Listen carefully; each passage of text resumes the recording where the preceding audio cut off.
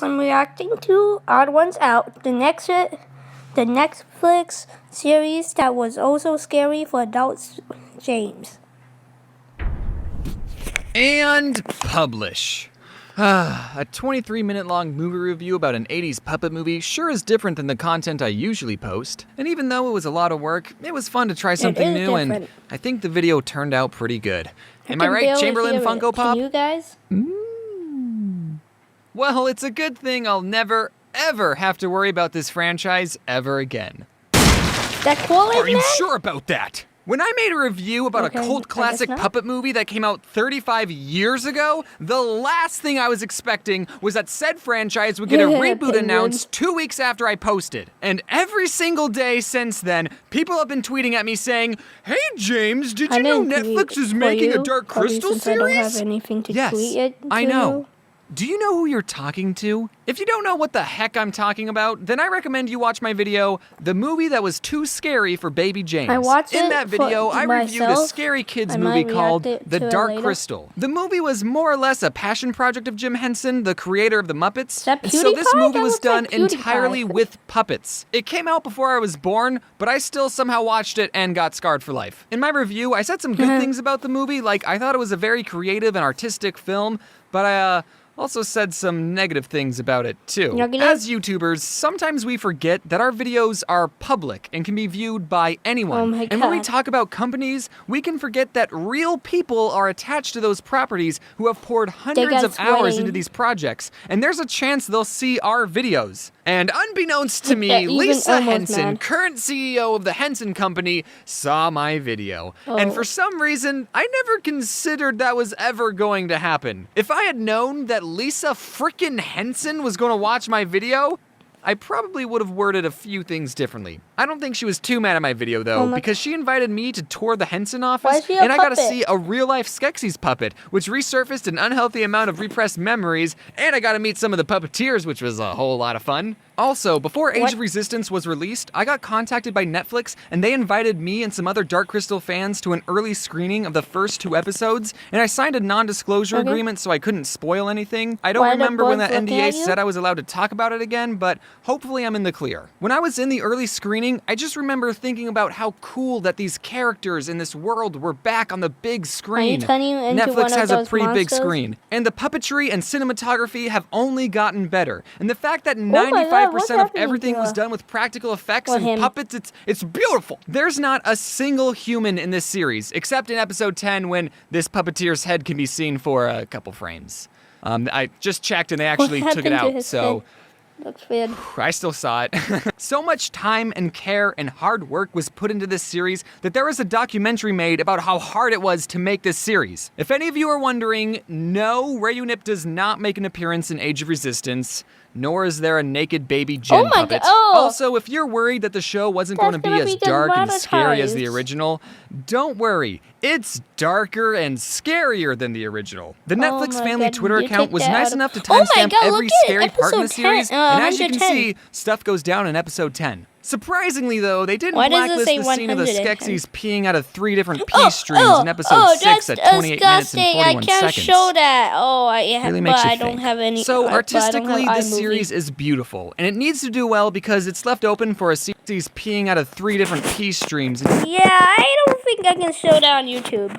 And it needs to do well because it's left open for a season 2, and I want a season 2 to get greenlit. I'm not going to do a plot summary of the whole thing like I did in the first review because I don't want this video to be an hour long, and you should watch it for yourself. I'm not just going to do everything for you. I'm not your mom. But there are some things you should know before you go watching the series. This is kind of spoilery, but I won't spoil that much. Is that even So this alien planet is home to these creatures called Gelflings. They can share memories with each other by holding hands, and the girl Gelflings have wings. There's also this other creature called Agura, who's been around since the beginning of the world. She's basically Yoda's sassy grandma. And then out of nowhere, these tree aliens visit.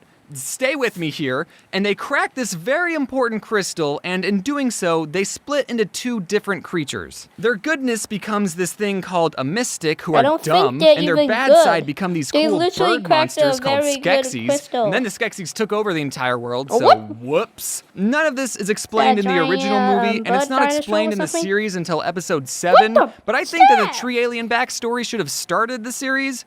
which is why I just spoiled it for you. The original 90-minute film already had so much lore, and this new Netflix reboot just added even more lore? There's even a character named Lore? How much lore is there? Speaking of names, there are a lot of made-up words in this series, and sometimes those made-up words are hard to remember. Within the first minute of Age of Resistance, the narrator tells us that there are 7 clans of Gelfling, but then only names 3 because there are only 3 important ones that we should care about. I don't even know the names of the other 4 clans. And I'm like a Dark Crystal aficionado. Also, there are like 10 evil bird monsters, all with names like Skeksos. That's the pussy one, and that's the one that made that weird face in the original movie, and that's the one whose voice does not sound like a Skeksis at all. Now, what vexes you, child? Another thing you should know is that I thought this series was pretty slow.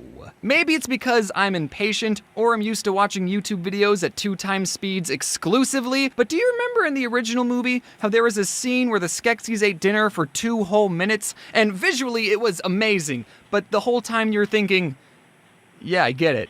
Well, there are a lot of scenes like that in the series. Let's take the beginning of episode 2, for example. It starts with a character we've never seen before waking up and putting on his shoes and making porridge. Ew. And then spilling the porridge on his shirt. I feel like that was here before. Then roughing it up. Why is he so curious? This is not ASMR.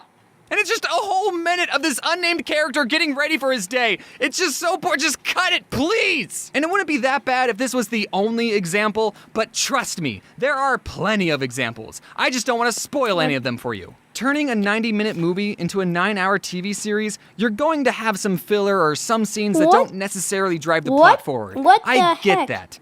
Luckily, I found this Chrome plugin that lets you watch Netflix at 2x speed, so it's all good. Making this video has got me thinking about prequels and how tricky they are to do right. In the original movie, there are only 2 Gelflings left in the entire world. So a prequel that sets up a world with 7 different Gelfling clans, we as an audience know that something's gonna happen and it ain't gonna look good for the Gelfling. The series also added this MacGuffin Halo sword looking thing that was supposed to save the world, but the whole time watching that I kept thinking, no, that's not how the world is saved. The world's not saved until 1982. Also, there are certain characters that we know can't die because they're in the original movie, but boy does this show make you think some OG characters are gonna die. It almost makes me wish that the writers used the 80s Dark Crystal movie as inspiration and rebooted this series in its own separate universe. Movie reviewers tend to focus a lot on the negatives, and I don't want to come off as a hater because I really did enjoy this series, and I want a season 2 to get made, so let's end this video with some of the things I liked about this series. I like that we got to see the Skeksis with more personality because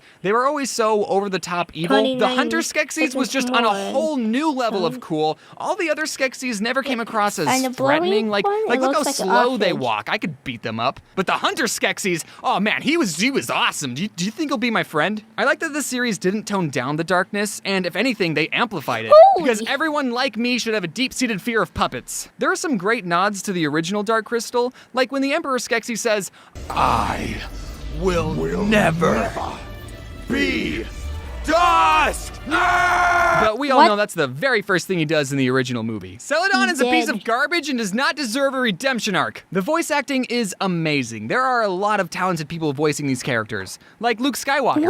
A YouTuber named Barnaby Dixon, who made these very cool mantis finger puppets, got to work on a scene where the puppets put on a mini puppet show. And that was everything I liked about Dark Crystal Age of Resistance. So, in conclusion, if you have 9 hours of free time, download the Video Speed Controller plugin, set that bad boy to 2, and save yourself 4.5 hours. But do watch Age of Resistance. Also, executives, if you still need someone to play Rayunip, hello. Hey. What? Good morning, everyone. That's the end of our video, guys. Bye.